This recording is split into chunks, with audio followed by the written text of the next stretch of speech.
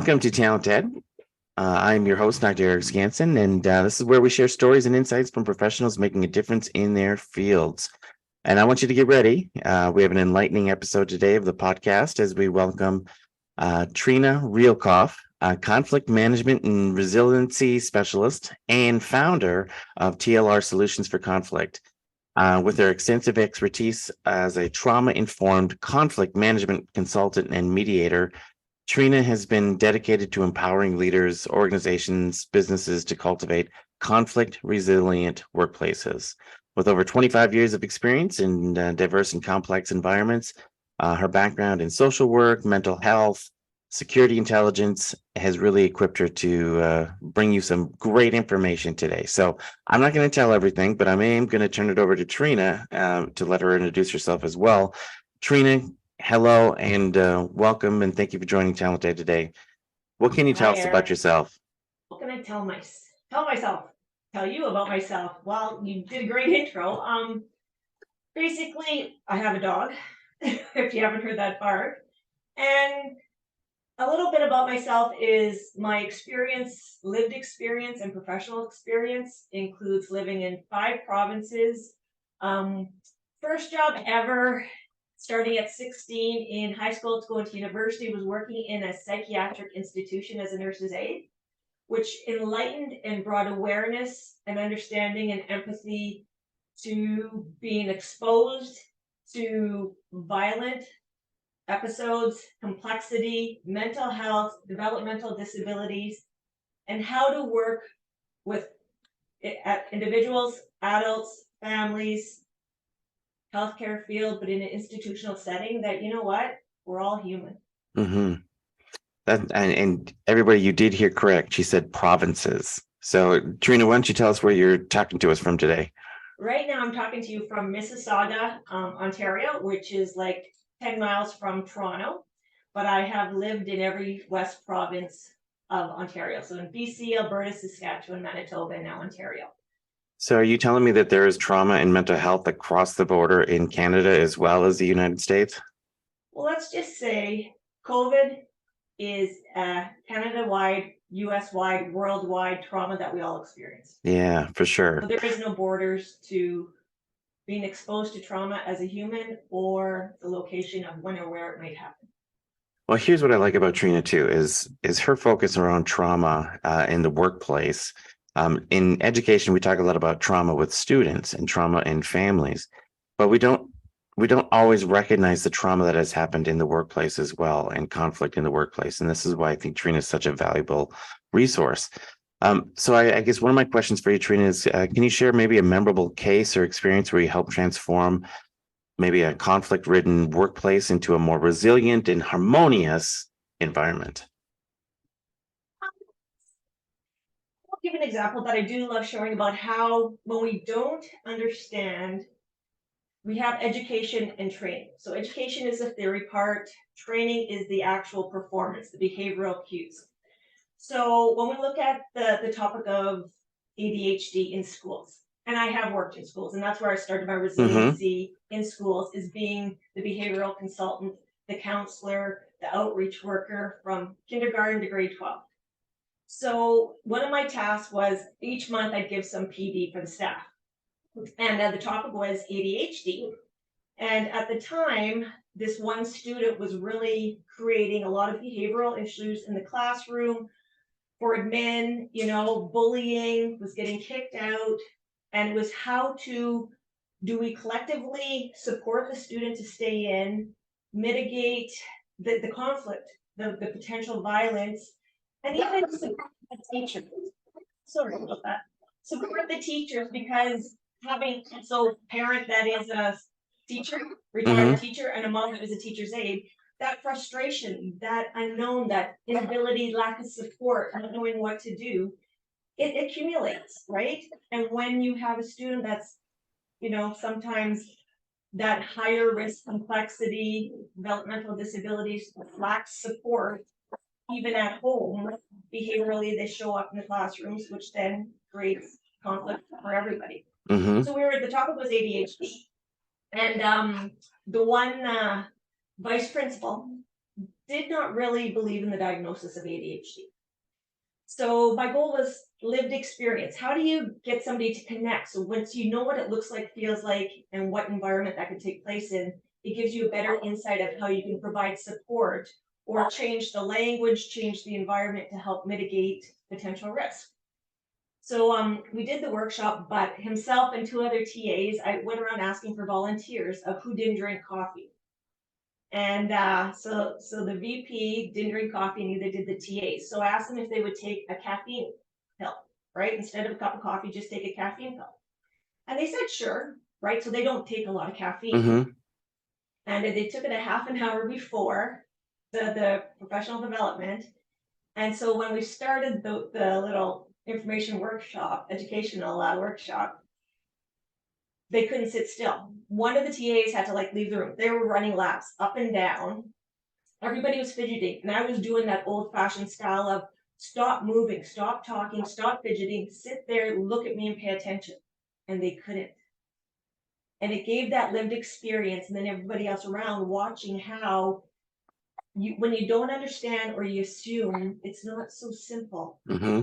So when you look at that experience of just ADHD and that lived experience of having a caffeine pill, so then you look at trauma in the workplace in a school environment.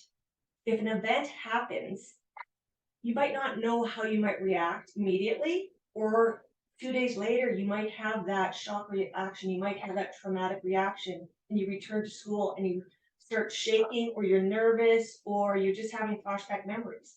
And that's what trauma responses are, because just like suicide, and suicide is our brain, suicide is like a heart attack.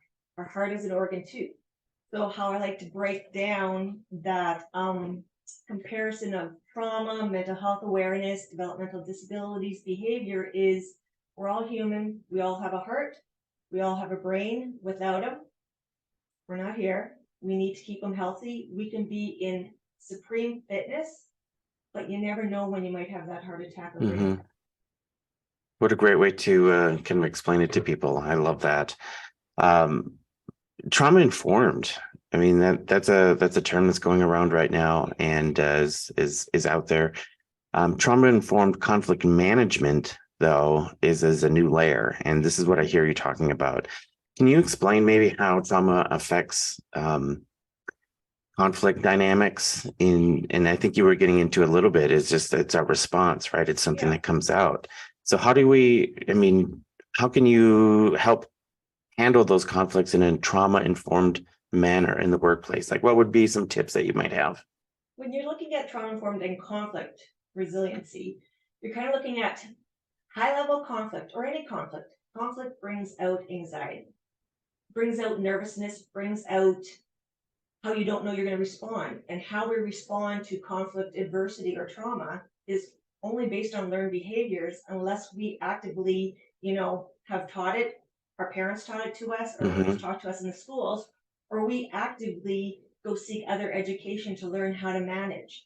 So when you're having that conflict, just like a potential trauma response, your heart elevates. You might get sweaty palms, nervousness, tightness in chest or throat. You might not be able to, remember. And whether it's conflict, which, when it escalates, or it's a exposure to a traumatic or adversity, our amygdala, what everybody talks about, the little amygdala, that's the dinosaur brain, that kicks in, right? Our fight or flight, freeze or fawn response kicks in. And that happens with conflict as well, right? If we don't know how to respond and we haven't been exposed or have that experience of how to deal with it. And how I like to break it down a little bit more is when we're looking at conflict and how our responses are, we might have skill sets to respond to conflict. However, if a new dynamic of conflict has arisen and you've never been exposed to it before, or the environment's different, you might experience a performance deficit. So it doesn't mean you don't have the skills. You just don't have that practice or that memory habit of how to use or transform your skills into the appropriate environmental context you need it. So if we're in that situation and we feel our palms getting sweaty, and we're feeling something happening, as a leader, it would be really important to have some skills, so that we don't go back to our lizard brain and just throw gas on the fire in these workplace conflicts. Do you have any tips or tools for leaders? I mean, without giving away the whole basket, right? Like what do you have any tips for leaders that when they're feeling that and they're in a leadership position to keep it cool? It's for sure. It's that recognition of, as a leader, you got to know what your body's telling you before your mouth responds or what the thoughts come in. So what are you feeling? Like, is it that punch in the gut? Is your hands or teeth clenched? What is going on? Because you got to be able to know and name that response that you're experiencing. If you can't name it, then how do you then deal with it? And the most beneficial tool that sounds the easiest, the hardest to master, and it's never fully taught properly is breathing. Right? Because when you're in that high conflict, or say it's a parent meeting come in, right? One of the kids, you've had to expel or suspend a student due to behavior, due to a fight, and the parents are coming in, and it's going to be an escalated, difficult conversation. So you're already feeling that tightness in your muscles and prepping and scripting in your head what you're going to say. But when we're in that heightened state, we actually stop breathing. So if we can't name what our body's doing to then cue and script ourselves to say breathe, we will then not be able to fully have our executive functioning working. And breathing, the 4-box breathing, is the simplest one to remember. And it sounds, again, simple, but it's the tool that you can use anywhere, anytime, and teach anyone. But the importance is that you have to breathe through your nose. So put your hand on your stomach, your other hand on your heart, and you count for 4, and you breathe in through your nose, and your belly has to go out. And you hold it for 4, and then when you breathe out through your mouth, and you count for 4 or 5, and your belly goes in, and then you hold for 4. And that's where you get not only the executive functioning, the cognitive awareness, but you're getting the somatic, the visceral, the body feeling. And again, the idea is, here's a skill. Can you use it? But to master it, it has to become a habit, so that once your body recognizes you're tensing up, you automatically go into the 4-box breathing. Because if it's not mastered before you need it, you're not going to be able to retrieve it when you need it. Well, and Treena, anybody who wanted to work with you, this would be, some of the things that the responses that you would learn to manage that conflict in the workplace. You can see that Treena has great insights into tips and tools, and she is full of knowledge. And one of the things that I love that you said is out.